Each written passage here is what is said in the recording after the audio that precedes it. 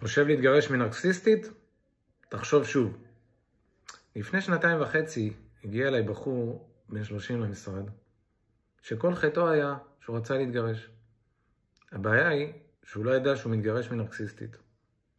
ואחרי שבוע מהיום שהוא הודיע לה שהוא רוצה להתגרש, קיבל אין ספור שיחות מהמשטרה, בקשות לצו הרחקה, בטענות ובעילות מומצאות של אלימות כלפי אשתו, כלפי ילדיו.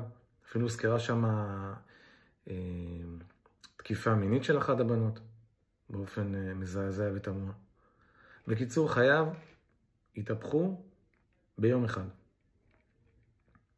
אבל אני רוצה לומר לכם שיש ארגז כלים וטיפול בנרקסיסטים, וצריך להפעיל אותו.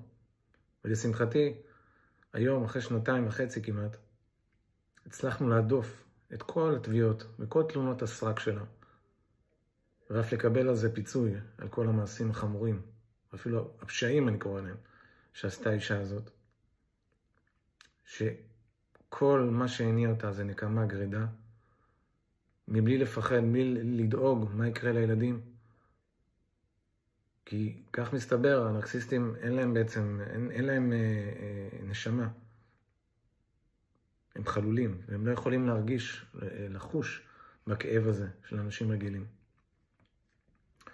הבחור הזה עבר טיפול פסיכולוגי בחצי שנה האחרונה, וגם הפסיכולוג הגיע לאותה מסקנה, והרגיע אותו.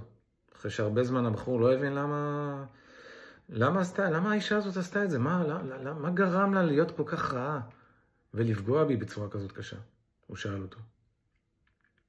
והפסיכולוג ענה לו בסוף התהליך תשובה פשוטה.